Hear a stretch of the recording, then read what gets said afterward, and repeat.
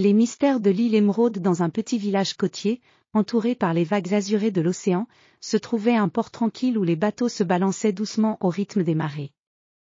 C'était un endroit où le temps semblait s'écouler lentement, et où chaque été, les habitants accueillaient les vacanciers venus chercher la paix et la beauté de la nature. Cette année-là, une famille, les Dubois, avait décidé de partir en voyage sur l'île Émeraude, une destination réputée pour ses paysages enchâssés et ses mystères anciens. Monsieur Pierre Dubois, un professeur d'histoire passionné par les légendes anciennes, et son épouse Marie, une artiste talentueuse, avaient décidé de passer leurs vacances en famille dans un cottage pittoresque situé sur cette île mystérieuse. Accompagnés de leurs enfants, Sophie et Louis, ils étaient impatients de découvrir les merveilles cachées de l'île. Le cottage, construit en bois avec des fenêtres envoûtantes et un toit en chaume, se trouvait au bord d'une plage de sable fin, offrant une vue imprenable sur l'océan. Nous sommes ici pour explorer et profiter de la nature, annonça Pierre Dubois en regardant l'horizon avec enthousiasme. L'île Émeraude est remplie de légendes, et nous avons l'opportunité de les découvrir par nous-mêmes. Le premier jour, la famille se promena sur les plages dorées, où les vagues caressaient doucement le rivage. Marie Dubois prit des croquis des paysages marins, tandis que Sophie et Louis collectionnaient des coquillages aux formes et couleurs variées. Les journées étaient baignées de soleil, et les nuits, illuminées par un ciel étoilé, offraient un spectacle majestueux.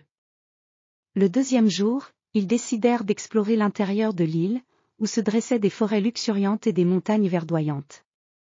Les sentiers sinueux les conduisirent à travers des paysages enchâssés de fougères géantes et de fleurs éclatantes. Au fur et à mesure de leur marche, ils découvrirent des ruines anciennes, vestiges d'une civilisation disparue qui avait laissé des inscriptions mystérieuses sur les pierres. Ces ruines semblent raconter une histoire oubliée, dit Pierre en examinant les inscriptions avec intérêt. Nous devons en apprendre davantage sur ce peuple ancien. Peut-être découvrirons-nous des secrets cachés sur l'île. Au fil des jours, la famille poursuivit ses explorations. Ils découvrirent une cascade cristalline nichée au cœur de la forêt, où l'eau dévalait en un murmure apaisant, et une grotte secrète, ornée de stalactites scintillantes, où les enfants imaginaient des trésors enfouis. Les soirées étaient passées autour d'un feu de camp, partageant des histoires et des légendes locales que les habitants leur avaient racontées. Un matin, Pierre et Marie découvrirent une vieille carte parmi les effets personnels laissés par les anciens habitants du cottage. La carte, jaunie par le temps et marquée de symboles cryptiques, semblait indiquer l'emplacement d'un trésor caché. Enthousiasmés par cette découverte, ils décidèrent de suivre les indications de la carte. Leur quête les conduisit à travers des paysages variés, des collines ondulantes couvertes de bruyères, des vallées profondes aux rivières étincelantes, et des cavernes mystérieuses où les échos résonnaient comme des murmures du passé. Chaque étape de leur voyage était remplie de défis et d'énigmes, qui exigeaient non seulement de la détermination, mais aussi une bonne dose d'ingéniosité. Après plusieurs jours d'aventure et de découvertes, ils arrivèrent finalement à l'endroit indiqué par la carte. Là, sous un vieux chêne séculaire, ils trouvèrent un coffre en bois ancien, partiellement enfoui sous des couches de terre et de racines. Avec une excitation palpable, Pierre et Louis déterrèrent le coffre et l'ouvrirent avec précaution. À l'intérieur se trouvaient des artefacts précieux, des bijoux ornés de pierres précieuses, des pièces de monnaie anciennes, et des manuscrits détaillant les histoires et les traditions des anciens habitants de l'île.